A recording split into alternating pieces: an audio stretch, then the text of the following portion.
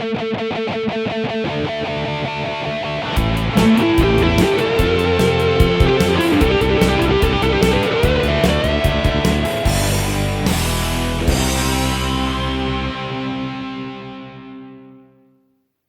and welcome to a new episode of Geek Lunch Me. I'm your host Chris, as usual. Now, in this episode, I thought we would take a quick look and do an unboxing on the Aliens game from Leading Edge Games. If you like the video, give it a thumbs up. Helps us out a great deal. Gets the video seen by a lot more people. And if you haven't already subscribed, why not hit that subscribe button? We would absolutely love to have you. Yeah, so this Aliens game came out in 1989, so 3 years after James Cameron's legendary sequel. And to my mind, still probably one of the best science fiction action horror movies. It sort of fits all those genres. Absolutely one of my favourites. Seen it more times than you can shake a facehugger at. And with its enormous popularity, it was no surprise that we soon started getting quite a lot of merchandise, which obviously carries on to this day. And say in 1989, we got the Aliens game from Leading Edge, which allows you to play out sort of all the action scenes in the movie. And I would say that it is still probably my favourite Aliens game. We've had, Prodos Games did Alien vs Predator. You've got the Another Glorious Day in the Core game, which came out for Gale Force 9 a few years back, which I believe is getting reprinted. There's going to be a new version of that coming out in a couple of months' time, I think. But yeah, this is probably my favourite. It's very easy to play. It's very accessible. I mean, it's not the most in-depth of games, but that's sort of what makes it fun. For sort of casual gamers like myself, sometimes you don't want to slog over massive rule books, trying to work out lines of fire and the damage that's been hit, and etc. I think this has only got the one die in it. It's quite a straightforward game. As I say, it allows you to play out all the scenarios from the film. So let's get this thing open and take a look inside. So here we are, the Aliens board game from Leading Edge. There are some places in the universe you don't go alone at the top, and then the this time it's War Tag, and just the Leading Edge down the bottom. If we turn it over, we've just got some photos from the film. One express elevator hell going down. And it just says, join Ripley, Hicks, Hudson, Vasquez, and the rest of the Colonial Marines in their struggle for survival against the deadly aliens. From the first terrifying encounter to the climactic battle against the alien queen, the Aliens game contains everything you need to recreate all the excitement of the movie. Included are a 33 by 17 inch full colour map, 47 full colour stand-up counters, 19 full-colour character cards, and a 32-page rulebook containing photographs not shown in the movie. So I'm guessing that must have some photos from the special edition, and we'll see if we can spot some of those. Okay, so let's have a look inside. First of all, so you've got your character cards. This one is Ripley. And as you can see, this was at the time, there was a lot of funny stuff going on with using Sigourney Weaver's likeness, which is why you've got this silhouette shot. She'd obviously had some sort of license agreement. I know also it affected when Halcyon did a model of the power loader. It got delayed for ages. And then when it finally came out, it turned out it was to do with they were trying to get Sigourney Weaver's likeness, and then the only way she would agree to do it was as if the company, I think it was donated some money to, I think it was the Diane Fossey charity from the Gorillas in Mist film that Sigourney Weaver had just done. And when the power loader kit finally come out, it was about twice the price it should have been because of this money that the company was having to donate. And basically, you got then this really crappy, it was injection molded plastic kit. So the power loader itself was fine, and then the model of Ripley that come with it was completely didn't look anything like Sigourney Weaver anyway, with absolute rubbish likeness. So why they coughed up all that money? I don't know. So yeah, it was a real shame. They coughed up all that money just to end up with something that didn't look anything like her. But as I say, this obviously Leading Edge didn't even bother. So yeah, you've got Ripley, but it's literally just a silhouette. We've got Hicks instead, as you can see, if the lights aren't shining too brightly on it. These are all the proper photographs then. You've got Dietrich, Hudson, the late great, sadly missed Bill Paxton, the evil Burke. We've got Gorman, Newt. She's got sort of doesn't have any weapons. You play with her in a different part of the game. We've got Spunkmeyer, Ferro, the dropship pilots, Bishop as well. Again, he hasn't got weapons. You can do different actions with him. Crow, Wazbowski, Drake, Apone, Frost, and Vasquez. And basically, as you can see, everyone's got sort of 2 guns. Like Vasquez has got the machine gun, and a pulse rifle as a backup gun, and it tells you how many actions they have per turn and their melee value as well. And then you've got the targets, and it's obviously the further away an alien is, the harder it is to hit when you roll the dice. What I'll do as well, I will take out these. Actually, this is the expansion is also in here that they did. These are the counters. We'll get to those in a minute. This is the rule book for the ordinary game. It's pretty straightforward. Just in the lightings, hopefully you should be able to see this a bit better. So it's quite straightforward. You play through in the base game. You play first through the reactor room scenario. So when they first meet the aliens, you've then got operations and the air ducts when the aliens come down through the ceiling and they have to escape off into the air ducts. And then very finally, there's a Ripley versus the Queen battle when they're back on board the Sulaco and Ripley's in the power loader. There's like a little sort of mini game that you can do there. Now, the reactor room game is the best one. It's absolutely brilliant. It's worth it just for that. It's a good fun game. Operations is fine. It's similar, but it's a bit more sort of, you're just waiting. You can't go off into the air ducts until someone has unwelded the door or something. I seem to recall.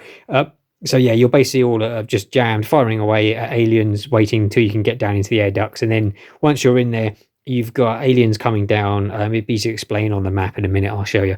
But yeah, the reactor room game is great. So Ripley versus the Queen is a sort of little mini game, which is fine. And then there we go. I think because that's obviously a photo from the special edition. Or that's one of Newt's parents that's been face hugged. So it would have been, obviously this would have been prior, I think, or maybe around about when the special editions were coming out. So yeah, you've got some obviously stills that aren't in the film. And you've got actions, movement, alien movement, and combat. The aliens are basically just they drop randomly and move towards the nearest person. So they just sort of that's the way they're controlled. You've got marine movement and combat. I say it's all quite basic, and then you get to the scenarios. I say the reactor room, operations and air ducts. And then at the end, the Ripley versus the Queen sort of mini scenario, and I think there are some like additional, some additional rules. There's some stuff you can play that makes it harder once you get used to the game. You can chuck in more aliens and things like that, and there's this addition of using hand grenades and things as well. And then just some advert for the expansion, some adverts for some other games. Then you've just got a rule summary sheet, so instead of having to go through the book when you're playing the game, it's give you a summary of all the rules there. Now this is the map. I'll get this out. I'll move that out the way.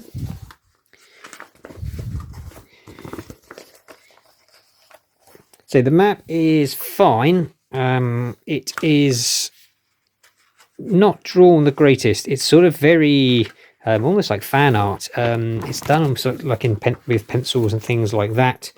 Try and get most of that in. So basically this section is the reactor room. As the Marines, you start off on this side of the board and you've got to get to one of the exits over here. And then basically aliens will randomly drop down every turn. You've got numbers down here in red, and then these blue numbers that correspond. So basically you roll the die to see where aliens drop down. You have got a turn indicator here. You have a turn, and as you move the turn indicator down, so it tells you the number of aliens that drop. You've got squares that have got the numbers in red. That's for like the advanced game. When you're first playing the game, starting out, you ignore the red ones. When obviously you get better at the game, you can introduce these back in. And yeah, it's quite straightforward, but it can be infuriating. It's just like in the film. You start here and you're moving here. You can get all the way to here, with sort of nothing going wrong, depending on how the aliens drop. If the aliens drop far away from you, you tend to be able to shoot them quite easily. But if you get to here and a bunch of aliens suddenly drop around you, it's an absolute nightmare, and you can just suddenly get like 3/4 of your team absolutely wiped out. It uses the same rules as in the film because it's in the reactor, and they're not allowed to use their pulse rifles. So everyone's using sort of the backup weapons, which aren't as good. The pistols are pretty much useless. You've got ones with flamethrowers, which the problem is you can't shoot through people because obviously you'd burn them to a crisp. And then when you hit aliens, if they're close to other people, you've got acid splash, and you have to roll die to see if anyone gets hit by acid and things like that. And it's like you can go. You can go from being really easy to suddenly an absolute nightmare in just sort of 1 or 2 turns, which is really good. You never know. Sometimes you can get to the end of the scenario with pretty much all of your team intact. Other times you just get absolutely wiped out. So the reactor room scenario is the best one. The operations one is here. You basically start off in here, and you've got aliens dropping through the ceiling. As I say, you can't escape off down these air ducts for a certain number of turns while you're waiting for the doors to be opened, and then you basically go off down through all of these air ducts. Aliens do drop, but it's once you're in this bit, it's sort of quite straightforward. So the reactor room is definitely the best scenario. As I say, artwork isn't the greatest. It's mostly, you can tell it's just drawn sort of with pencil and pens. A sort of updated version of this game. You could probably do it yourself if you had the skills in Photoshop. Would be a good idea. Let's move this out of the way. So bring back the box with the counters. Sorry, the light keeps changing. Depending on the focus of the camera, it seems to do funny things, but hopefully you should be able to see what's going on now. You've got, obviously, these are all just sort of cardboard cutouts. You've got your alien figure there. They come with these plastic stands.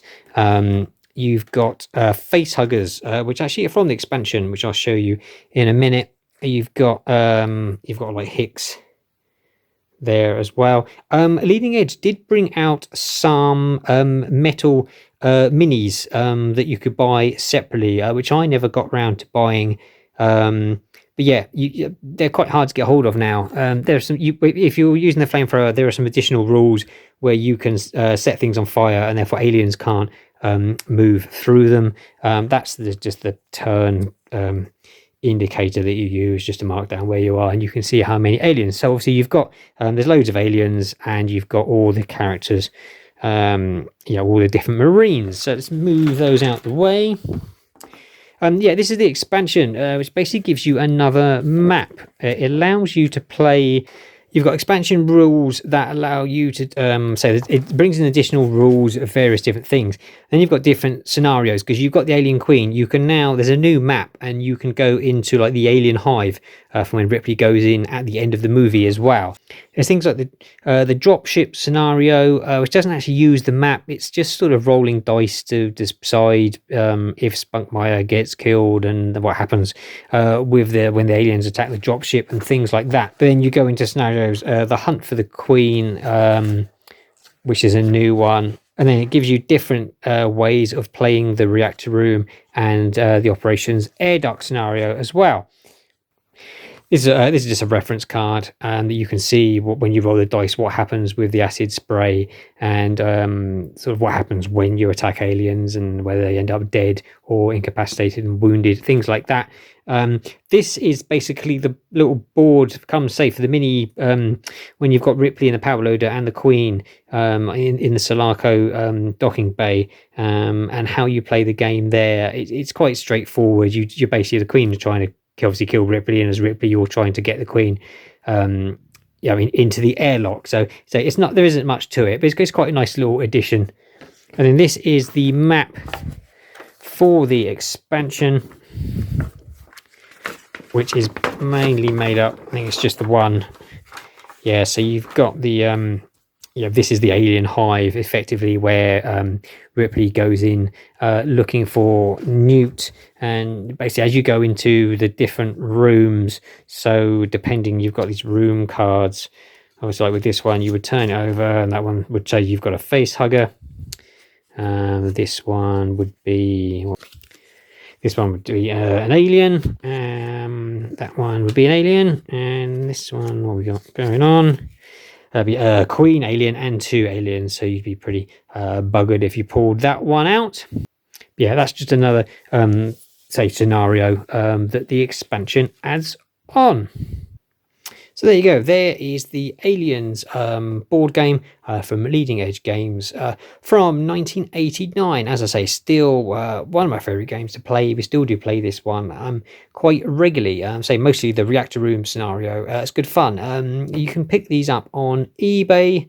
Obviously, like most things, depending on condition, is what you're going to pay for it. They don't turn up often, but yeah, if you can get a copy of this, I thoroughly recommend it. Hope you've enjoyed the video, and until next time, take care, eat geek, and be merry.